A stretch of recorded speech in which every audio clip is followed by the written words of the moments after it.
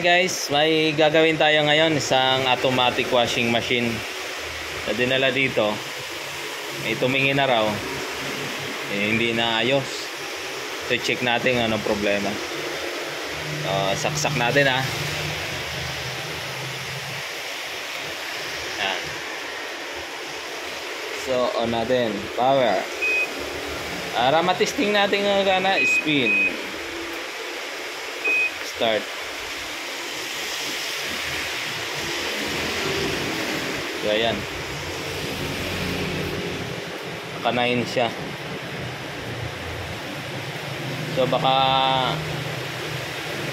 maka-encounter kayo ng ganito, baka mapagastos kayo kung hindi nyo malaman kung paano gawin ang ganitong matic. Lalo na kung manonood lang tayo sa YouTube, hindi pa natin na-experience. So ayan o.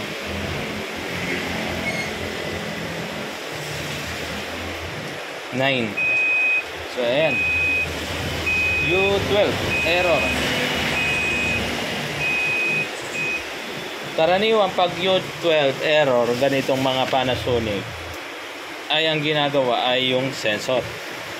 May example ako dito. Saan yun? Binigay nyo? At kinuha. So yung sensor dito,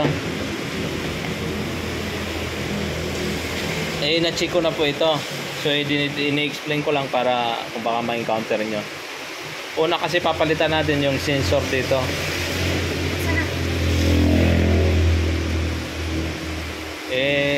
Papakita ko. Sandali lang.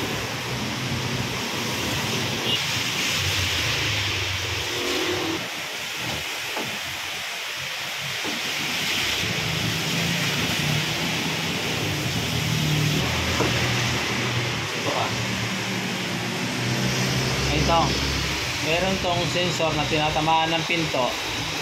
Minsan yun ay open, ibig sabihin walang continuity siya. Kaya nadidetect ng board, kaya nagkakaroon siya ng U12 error. Ngayon ito, pinalitan ko na to, chinik ko na yung wiring, kasi minsan pagka mga wirings nag-error rin kung may putol, U12. Ang masakit sa ulo nun ay board. Ang problema naman, sabi ng may-ari, ay bagong bilhin niya yung board. Ito siya. Yan. So paano natin ngayon i-explain sa may-ari na board, bago yung board niya, bagong bili. Ang problema, yung nagkabit, sinalpak lang, tapos iniwan na. Yung may-ari hindi naman binantayan para i-testing. Nung gagamitin nila, ayaw gumana yung dryer. Ayun, dinala dito. Sabi ko board. Ayun, siguro pre, bagong board niya, magdududa yun. Bagong board ko. Ayun, ang ginawa ko, bumili ako ng board. Ito. Ayan. Original siya, original na board, original na program.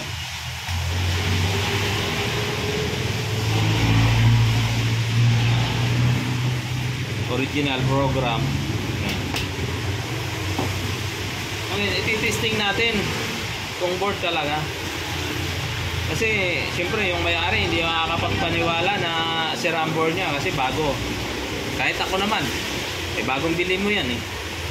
Yun nga lang, sinalpak ng technician, iniwan. Hindi niya binantayan kung gumagana o hindi. Ito, dinala niya dito. Tanggalin natin ha. Naka-encounter kayo ng ganito.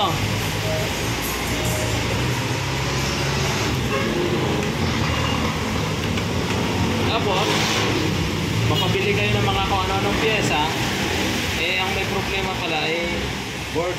Pero i-confirm natin yung board talaga. Napapalitan natin.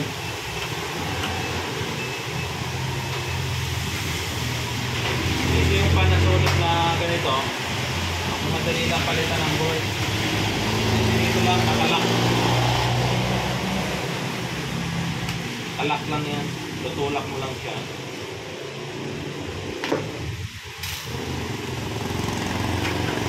Yan.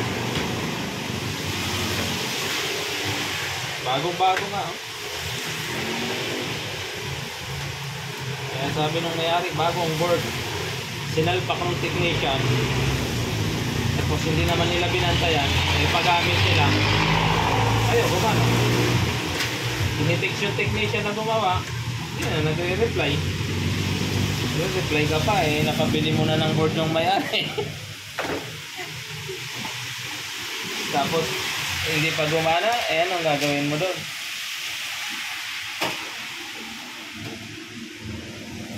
Kaya ako inaabunuhan ko muna yan. Tatlo muna yan.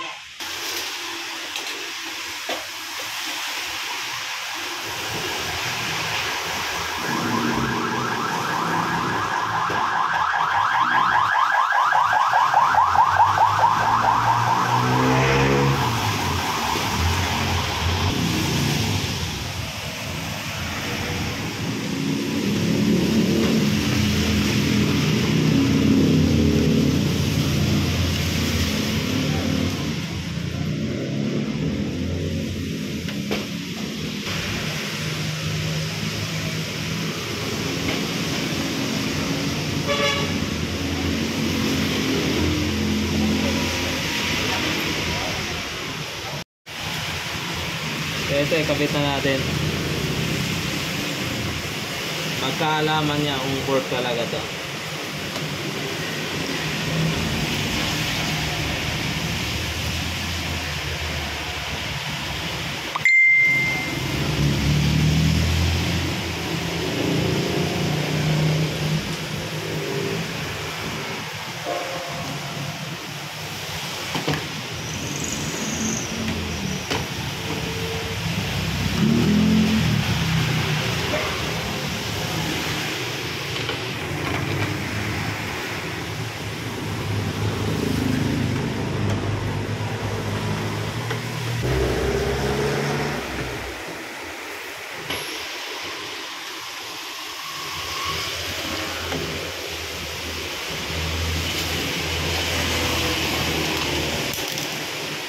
Natin.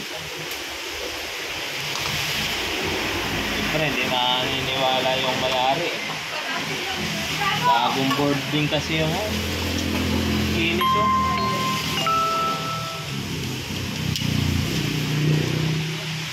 Mahirap naman pakialaman to, i-repair mo eh. Sabihin, pinakialaman mo pa.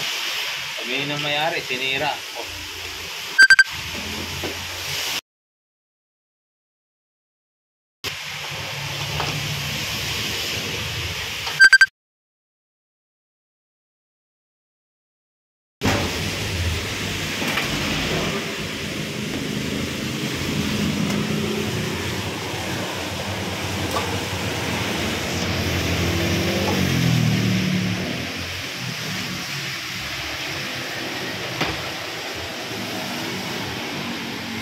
Nagkalaman na kung mag-u-ut ulit.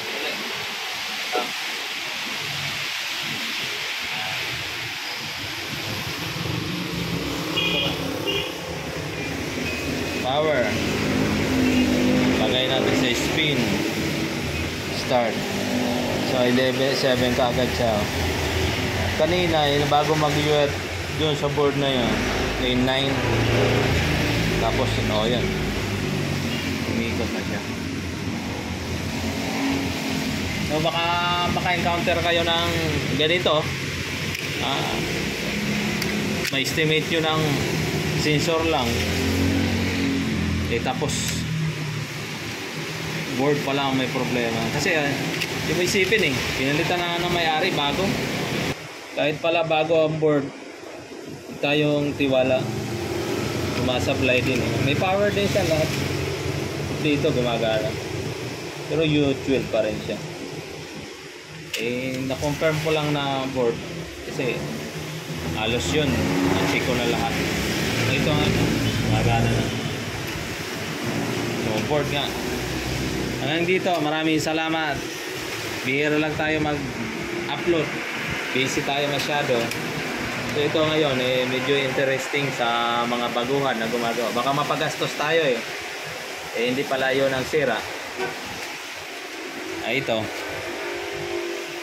Baka ma-encounter nyo ganito. Maraming salamat hanggang dito. Bye-bye.